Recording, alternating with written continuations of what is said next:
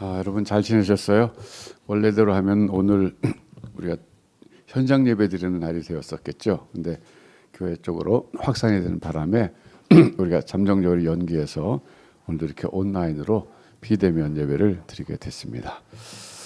정말 이제 이 비대면이 라이프 스타일이 되는 것 같아요. 이제 정말 굉장한 변화가 왔어요. 어쨌든 여기에 빨리 우리가 적응해야 되겠는데 적응이 참 쉽지 않은 것 같습니다. 어쨌든 하나님의 공동체는 역시 한 곳에 모여서 바로 옆에서 함께 이렇게 찬양하고 예배하는 것이 원래 성경적이기도 하면서 또 오늘에 이렇게 생각해 보니까 정말 은혜스럽기도 합니다. 그래서 참 이것은 비상시국이죠. 온라인이라 그래도 여러분들이 또 한 군데 모여 있고 저만 또 다른 데서 하는 이게 일본식 학교 온라인 매뉴얼대로 하는 거라면 또 모르겠는데 각자 지금 다 따로 있잖아요. 그러니까 참 이게 참 별로 안 좋은 겁니다. 어쨌든 이런 안 좋은 상황에서 제가 오늘 여러분들에게 안 좋은 소식을 전합니다. 사라가 죽었습니다. 참 슬픈 일이죠. 127세, 127살에 돌아가셨다고 하는데 이삭이 태어났을 때가 사라가 90세였어요. 그러니까 90살에 나가지고 지금 127살이니까 이삭이 37살 됐을 때 돌아가셨어요. 여러분이 사라라고 하는 여인에 대해서 한번 생각해 보십시오. 얼마나 참 파란만장한 인생을 살았습니까? 일찍이 갈대아 우르에서 태어나서 살았는데 아브라함의 그 이복 누이라 그러니까 그때 당시 근친 결혼이 흔했던 거니까 근친 결혼했지만 아브라함이라고 하는 자기 오빠를 만나가지고 이복 오빠죠. 만나서 결혼해가지고 얼마나 많은 일을 겪었어요. 자기 오빠가 어디 가든 넌 나 오빠라 그래라. 그러면 너 때문에 내가 죽을 수 있다. 이래갖고 애굽에 가서도 그랬고 그랄 지역에 가서도 그렇고 두 번이나 아브라함은 자기 살겠다고 사라를 자기 누이라 그래가지고 딴 데 시집 보낸 것처럼 이렇게 보내기도 하고 이런 일 겪었고 또 아이가 없어서 참 굉장히 힘들었었는데 하나님이 또 완전히 기적적인 방법으로 또 아들 이삭을 주셨고 그 전에 또 하갈과의 갈등도 있었잖아요. 하갈을 또 자기 몸종이었는데 좋은 뜻으로 아브라함의 후초로 드렸더니 오히려 자기를 업신여기고 나중에는 자기가 낳은 아들 이삭을 하갈이 낳은 이스마엘이 또 놀리고 이런 또 가족 내 갈등도 겪었습니다. 근데 그러면서 인생 쭉 살다 오다가 127살 됐을 때 사라가 죽었어요. 이때 아브라함이 얼마나 슬펐을까 생각해 봐요. 한평생을 같이 살아왔던 반려자인데 먼저 갔다. 근데 안타깝게도 매장할 곳이 없었어요. 여러분 요즘 같은 공동묘지 미리 다 예약해 놓고 그렇지만 이 당시는 지금 이 아브라함은 나그네였거든요. 이 지역에. 내가 지금 헷 족속에 사는 헤브론이라는 지역인데 거긴 헷 족속이 이미 다 땅을 소유하고 있었기 때문에 외지인으로 들어간 아브라함은 한 평도 소유할 수가 없었던 겁니다. 물론 법적인 얘기죠. 여러분 근데 이제 아시다시피 팔레스타인 지방의 무덤이라고 하는 것은 사실 동굴입니다. 우리 한국 사람들처럼 이렇게 봉분을 만드는 게 아니라 거긴 동굴을 만들어서 동굴 속에 들어가면 벽면을 파요. 그래서 거기를 사람이 들어갈 만한 그런 깊이만큼 넓이만큼 파가지고 거기다 사람을 안장하고 그러는데 그러니까 한 사람만 안장하는 게 아니라 여러 사람 안장할 수 있어요. 굴은 또 파면 계속 파면 되잖아요. 그래서 거길 가정묘로 만듭니다. 근데 아브라함 가족 가운데서는 그렇게 누가 아직까지 죽지 않았던 거로 생각이 되죠. 그래서 물론 종들 가운데 죽고 그러겠지만 가족은 안 죽은 거죠. 그래서 매장지가 없었어요. 근데 평상시에 아마도 아브라함이 이 막벨라 굴을 눈여겨 보았을 겁니다. 저기가 참 앞으로 매장지로서도 좋다. 우리 가족 가운데 누가 죽을 텐데 저기를 나중에 사야 되겠다. 아마 생각하고 있었을지도 몰라요. 그래서 이제 아브라함이 사라가 죽은 다음에 매장지가 있어야 되니까 해쪽 속 거기 원로들 모이는 곳에 다 모입니다. 보면 성문에 들어가서 앉았다 그랬는데 여러분 보통 이 팔레스타인 지역은요 성이 있으면 성문이 있죠 당연히 성문에 들어가면 주로 왼쪽이었던 것 같아요. 왼쪽에 콜트가 있어요. 콜트가 이제 법정이라는 뜻이잖아요. 근데 그걸 콜트라 그러는데 거기서 모든 공식적인 행사가 이루어집니다. 그러니까 룻기에도 보면 보아스가 마지막에 콜트에서 신발 맞는 자를 만나가지고 자기가 이제 저 롯을 돌보겠다 이렇게 결정할 때도 그 콜트에서 하거든요. 그러니까 거의 법정이었어요. 늘 법정 아니지만 법정으로 열리는 장소입니다. 거기에서 이제 아브라함이 해적 속 여러 원로들에게 공개적으로 얘기합니다. 내 아내가 죽었기 때문에 매장지가 필요한데 내가 그동안 보아왔는데 이 에브론이라고 하는 사람이 소유한 그 막벨라 굴이 난 참 좋습니다. 그걸 내게 좀 팔았으면 좋겠습니다. 공개적으로 청혼을 합니다. 그랬을 때 마침 그 자리에 이제 에브론이 있었죠. 에브론이 있다가 그 말 듣고 그거 제가 그냥 드리겠습니다. 그래요. 참 여기서 보면 이 동방의 그 제너러스한 이 관용적인 그 어떤 풍습을 볼 수 있어요. 우리 왜 말로 그러잖아요. 옛날에 그냥 가져가세요. 이걸 뭐 돈 받고 팝니까? 뭐 이런 식이죠. 그러니까 거기도 그런 게 있었던 거예요. 그거 뭐 한 은 400세겔밖에 안 됩니다. 그러면 그냥 주려면 말을 하지 말지 왜 값을 얘기해요. 그냥 줄 생각은 없었던 거죠. 근데 그게 관용적인 표현이죠. 그러니까 관례, 어떤 넉넉한 인심을 담고 있는 문화라고 볼 수 있어요. 그냥 줄 거면 그냥 가져가세요. 값 없어요. 그럴 텐데, 그거 은 400살밖에 안 되는데 그거 내가 팔겠습니까? 당신과 나 사이 그런 관계 아니지 않습니까? 가져가세요. 그러니까 아브라함이 은 400세겔을 달아줬다. 이 달아줬다는 것은요, 그때는 무게로 했거든요. 그 완 셰켈이 그게 이제 무게가 된 거죠. 그래서 은을 달았어요. 그러니까 은이 그 당시에 통용됐다는 거 참 재미지 않아요? 여러분 아편 전쟁하면 떠오르는 게 바로 은이잖아요. 중국에서 모든 서양 사람들이 뭐 도자기라든지 차를 사갈 때 은을 받았거든요. 중국이 전부 세계 그 당시 모든 유럽의 은이 전부 중국으로 모인 거예요. 그러니까 그걸 이제 다시 되찾아가기 위해서 아편을 팔아서 은을 빼간 거죠. 그러니까 은이라고 하는 것은 오래전부터 뭐 아편 전쟁 그 이전부터 아브라함 시대부터 통용됐던 화폐의 기본 단위였다는 걸 알 수 있어요. 자, 이제 그렇게 해서 이걸 사가지고 장례를 치렀는데요. 나중에 보면 아브라함이 거기 묻힙니다. 이삭도 거기 묻혀요. 그러니까 그게 완전히 가족묘가 되는 거예요. 자, 이제 여기서 우리가 깨달아야 될 게 뭐냐? 사라의 죽음이에요. 그 사라의 죽음은 한 인생의 종막이면서도 사실은 하나님의 역사의 또 다른 시작이 되었습니다. 무슨 얘기냐면 생각해 보세요. 하나님은 아브라함에게 약속하시기를 이 전체 땅을 봐라. 팔레스타인 땅을 봐라.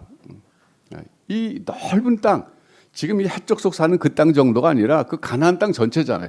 그 가나안 땅 전체를 하나님이 아브라함에게 주시겠다고 약속하셨거든요. 그리고 이 넓은 땅에 언젠가 너의 후손이 하늘의 별과 같고 바닷가의 모래알처럼 많아지라 그랬거든요. 자, 약속의 말씀을 받은 게 창세기 15장이거든요. 그런데 지금 사라가 죽은 건 창세기 23장인데 이렇게 시간이 흘러오는 동안에 단 한 평도 하나님은 아브라함에게 땅을 안 주셨었어요. 그러니까 내 후손에게 주라 그러셨는데, 그러니까 잘못한 거 없죠, 하나님께서는. 근데 아브라함은 자기는 소유하지 못할 그 땅이지만 미래에는 자기 후손들이 반드시 차지할 것을 믿었거든요. 그게 아브라함의 믿음이잖아요. 그런데 실제로 아브라함은 한 평도 없었다는 거예요. 그런데 드디어 한 평이 생겼어요. 뭐 한 평보다는 더 됐겠죠. 막벨라 굴이니까 거기에 딸린 또 밭도 있으니까 제법 넓었겠죠. 근데 결국 막벨라 굴과 그 밭이 상징하는 건 뭐냐면 언젠가 하나님이 온 가나안 땅을 아브라함에게 약속하신 대로 주실 것이라고 하는 하나의 사인입니다.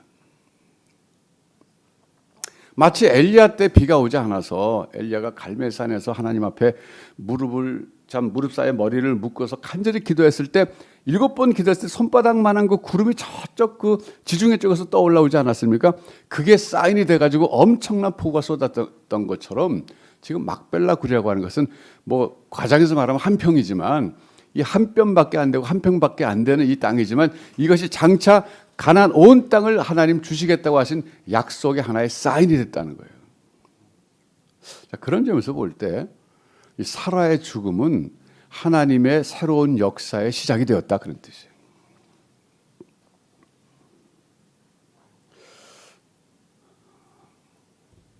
여러분도 마찬가지예요.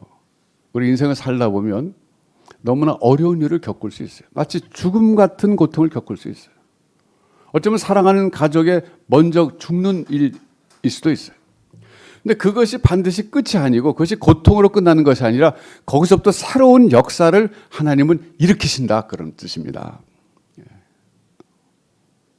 그게 우리의 믿음이 돼야 돼요.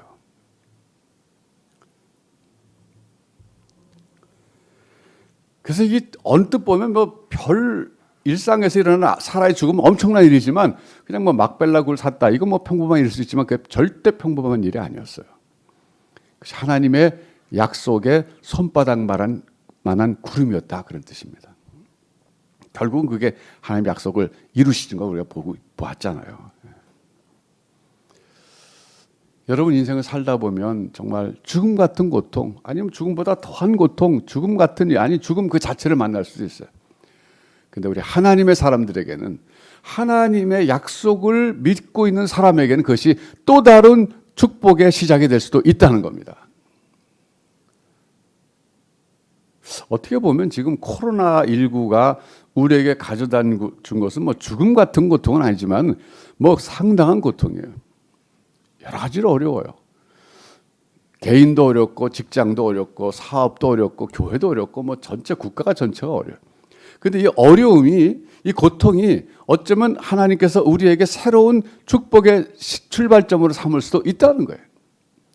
물론 모든 사람이 그렇지 않을 수 있지만 적어도 하나님을 끝까지 신뢰하는 사람에게는 그렇게 된다는 거예요. 그래서 우리 하나님의 사람들에게는, 하나님의 사람들의 사전에는 절망이라는 게 있을 수 없어요. 나폴레옹이 자기 사전에는 불가능이 없다 그랬지만 그거는 뭐 인간적인 교만함이죠. 그래도 뭐 훌륭한 사람이었고 위대한 사람이었지만 그건 인간이었습니다. 그러나 우리 사전에, 하나님의 자녀들의 사전에 절망이 없다는 것은 우리가 능력이 있어서가 아니라 하나님이 위대하시기 때문입니다. 그래서 여러분 절망하지 마세요. 아브라함도 사라가 죽었을 때 슬퍼했지만 절망하지 않았어요. 자기에게 주어진 삶의 길을 여전히 묵묵히 걸어가는 그의 모습을 볼 수가 있어요.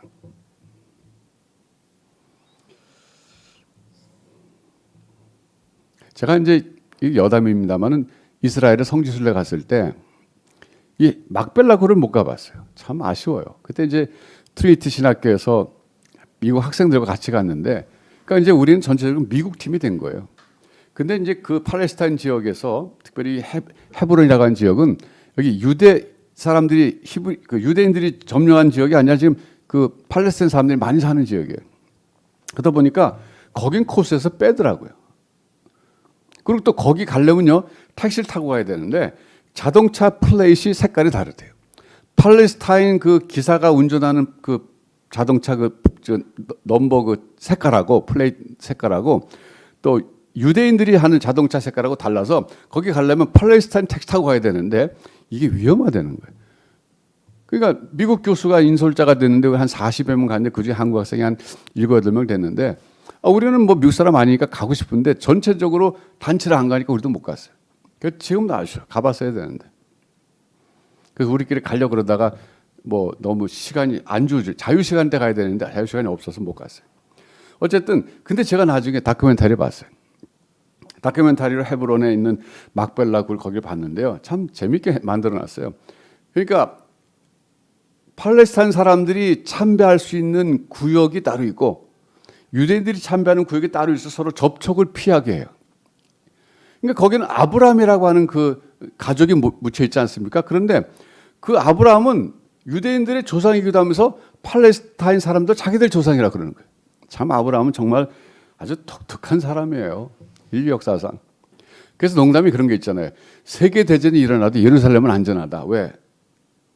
여러 종교의 성지이기 때문에 그렇다 그러잖아요. 예, 히브리인도 거기 공격 안 할 거고 유대인도 그 뭐 이슬람 사람도 공격 안 할 거고 그러니까 거기다가 어떻게 보면 무덤 쓰라고 그 이스라엘 갔을 때 광고하더라. 여기는 세계 전쟁이 일어나도 무덤이 보존된다. 아무도 여기 폭격 안 한다 그러더라고요. 어쨌든 아브라함이라고 하는 사람도 결국은 인생을 살다 갔습니다. 그도 결국 자기 구간을 달려간 것뿐이에요. 그런데 오늘 사라는 자기 구간을 이미 마치고 오늘 인생을 마감했어요. 그러나 하나님의 사람들은 그게 끝이 아닌 거 알지 않습니까? 그는 자기 인생의 수고를 다 했기 때문에 천국에서 쉬고 있는 겁니다. 그리고 하나님은 사라의 죽음을 통해서 아브라함의 생애 속에서, 아니 더 넓게는 하나님의 그 세계를 이끌어가는 경륜 속에서 막벨라 굴이라고 하는 것을 아브라함에게 주심으로써 약속의 성취의 첫 발을 내딛게 하십니다. 여러분, 오늘의 여러분에게 있는 삶의 고통이 이것이 고통으로 끝나는 것이 아니라 새로운 축복과 새로운 희망의 첫발일 수 있어요. 오늘 그렇게 한번 기도해 보시기 바랍니다. 하나님, 이것이 나에게 희망의 첫걸음이 되게 하시고 이 고통이 끝이 아니라 이것이 새로운 출발의 하나님의 사인이 되게 해 주시옵소서. 믿음으로 간구할 때 하나님이 그렇게 역사하실 줄로 믿습니다. 기도하겠습니다. 하나님 아버지, 감사합니다. 사라의 죽음은 아브라함에게 큰 슬픔이었지만 또 하나의 하나님의 새로운 역사의 출발점인 것을 우리가 알았습니다. 오늘 우리에게는 삶의 고통과 죽음 같은 어려움과 실제 죽음이라 할지라도 이것이 하나님의 새로운 역사의 장이 펼쳐지는 첫 장이 될 줄로 믿습니다. 하나님, 믿음으로 용기를 잃지 말게 해주시고 믿음으로 승리하며 나아가는 저희들이 되게 하여 주옵소서. 예수님의 이름으로 기도하옵나이다.